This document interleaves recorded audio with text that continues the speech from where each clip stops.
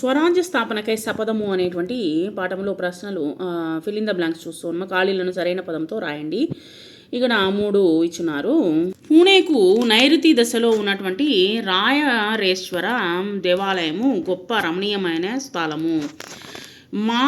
మావళ ప్రాంతాలలో దేశ్ముఖుల బృందము తమ జాగీర్లను కాపాడుకొనుటలో నిమగ్నులై ఉండిరి. షెహజీ రాజు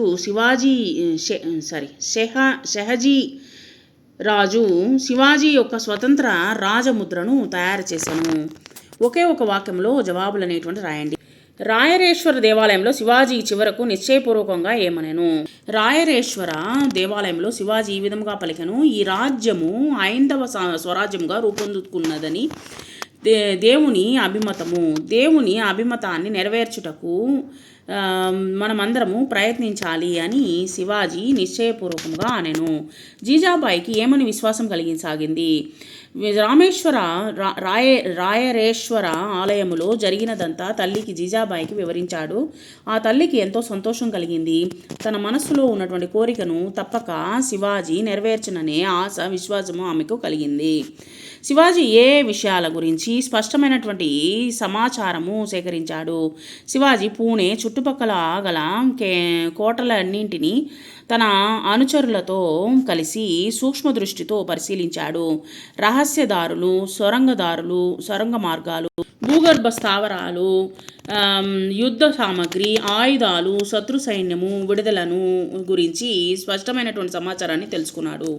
శివాజీ వేటిని రూపుమాపాలని నిశ్చయించుకొనెను. 12 మావళి ప్రాంతాల్లో దేశముఖుల బృందము తమ జాగీర్లను కాపాడుకోవడం కోసమే నిమగ్నులై ఉండిరి. వారిని తమ జాగీర్లపై అధికమైనటువంటి మోహం ఉండెను.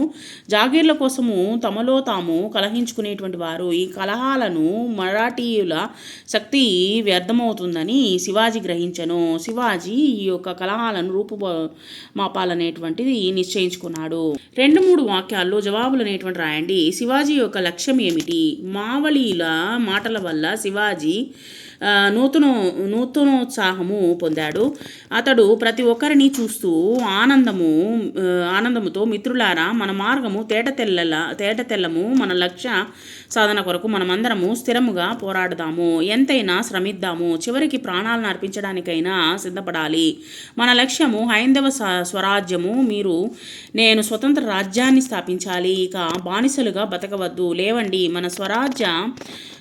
మన స్వతంత్రము రాజ్యము స్థాపించవలెనను మహత్తర కార్యానికి అంకితమవుదామని రాయరేశ్వర స్వామి సమక్షంలో శపథం చేద్దామని పలికెను.